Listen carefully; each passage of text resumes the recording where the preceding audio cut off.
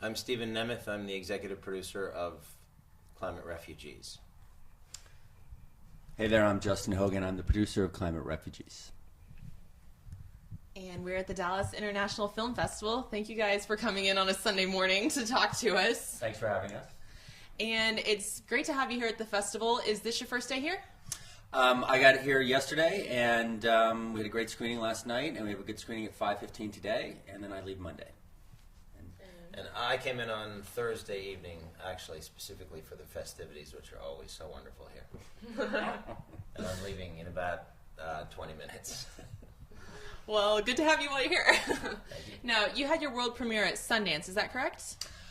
We did. It's been a little unique with this film, actually. We had a kind of a test screening in the Capitol, actually, in Washington, D.C. Wow. And that was in late October. And we had Senator Barbara Box introduce the film. We had people, congressmen and senators from both parties watch it. And then we had a private screening over in Copenhagen at the COP15 Climate Talks. And that was sponsored by CARE and the United Nations. We had some world leaders there, some pretty interesting people. And then our official world premiere was at Sundance. Great. Can you tell us a little bit more about the film and how it's different from the other materials that we've been seeing on climate change in the past few years? Well, you know, An Inconvenient Truth was you know, kind of the first introduction to global warming. Sure. A lot of these films have kind of talked, we've seen a lot of graphs, we've seen a lot of interesting imagery, but what you have not seen is the human face of climate change. Mm-hmm. So what we wanted to do with the director Michael Nash is we wanted to bring the victims, the people that are being really affected by what was happening in the world right now, to light. And we traveled the world and we found that, and we've really found the human face of climate change. Mm-hmm. There's actually nothing more compelling than the victims themselves, the people who are being displaced. And just, quite frankly, cinematically, it works. It gets you on a much more visceral level, and mercifully, that's something that I think will affect change and move the needle. Mm-hmm. You mentioned that you traveled the world. What are some of the specific places you went to, specific people groups that you worked with? Well, we went to Africa. We went to Chad and Kenya and Africa. In Chad, we were under the protection of the IRC, the International Rescue Committee. Sure. We were in northern China, in Minqing, which is a city being eroded by two deserts.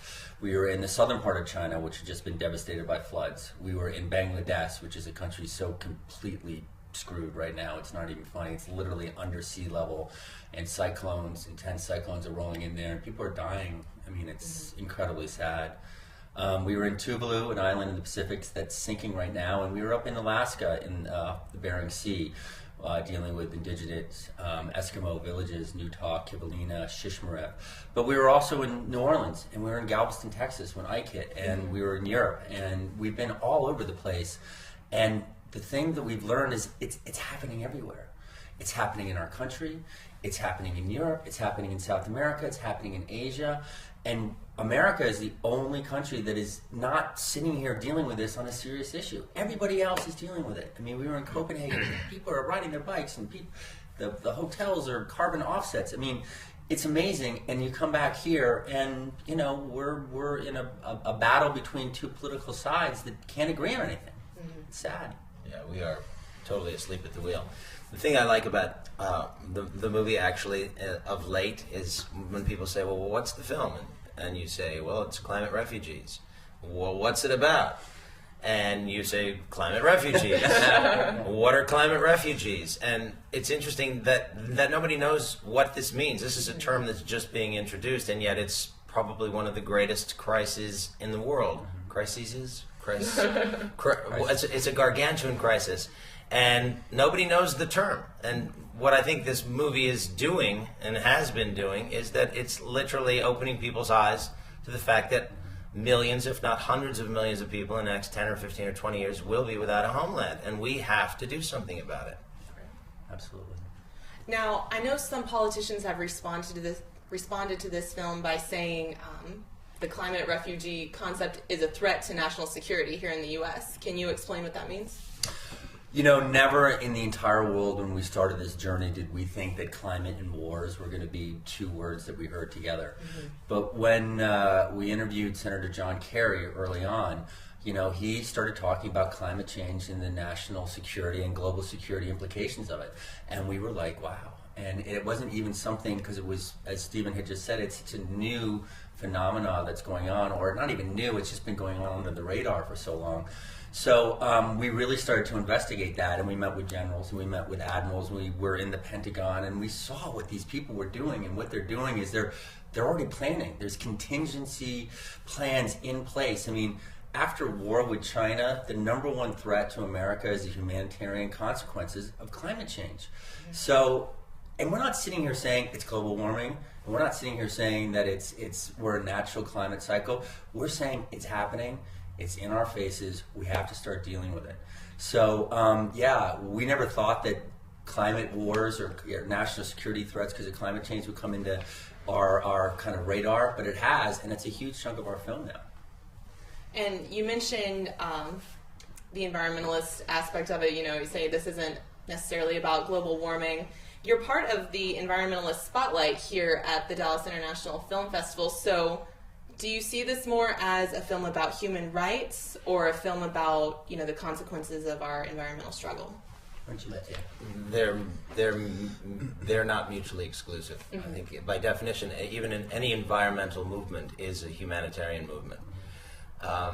So I think it's both, and in many respects it's better to promote a film by not necessarily referring to it as an environmental film, because a lot of people are doubters or aren't interested, and maybe there's some sort of Pavlovian response. They feel as though it's educational, or they've seen it before, or they know better, or what have you. And what's interesting about this is we sort of have both sides covered. If it's a humanitarian movie, great. If it's an environmental movie, great. If it's both, which it is, that's fabulous as well.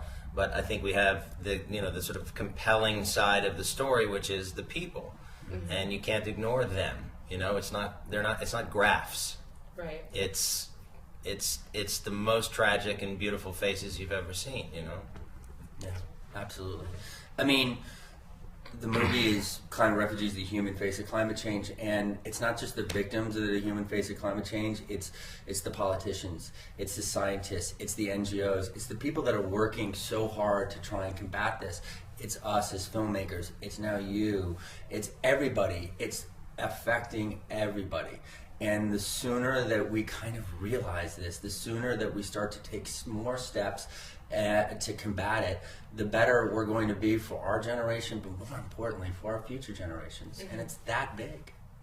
What are you hoping for in an audience response? What is it you hope to motivate people to do?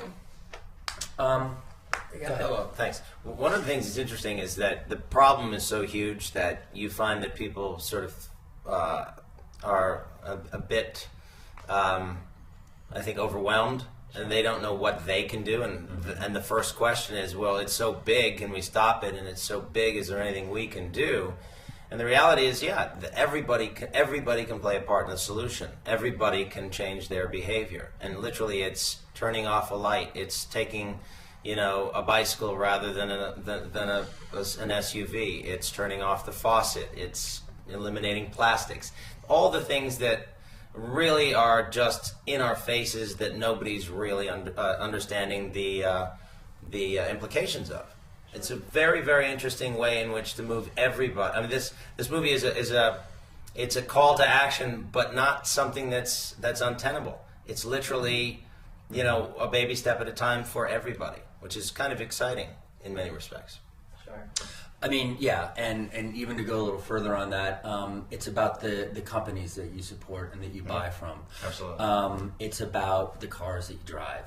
It's about doing one thing and talking about it, and having your neighbor see that you're doing it, and educating your kids and sending them to schools that have programs that focus on this. I mean, it's becoming aware of your environment, of our climate. And it's taking the steps that aren't big, like Stephen is saying, but that can really start to affect change. I mean, if we really wanted to do this, a year ago, we were in a financial crisis, and within 2 weeks, we found enough money to bail out these corporations and to keep everything going. So we want to do it, we can do it. Well, speaking of small steps, is there a website that audience members can go to check out this movie and learn more? Yes, there is. I'm glad you asked that. ClimateRefugees.com. And we offer a great trailer on there, incredible pictures, stories. But also we have solutions on there. And we have a whole part in there that's for kids, that's been built for them. But we offer 50 solutions that you can do, that you can actually, incorporate into your life and start to implement it. So come check out ClimateRefugees.com.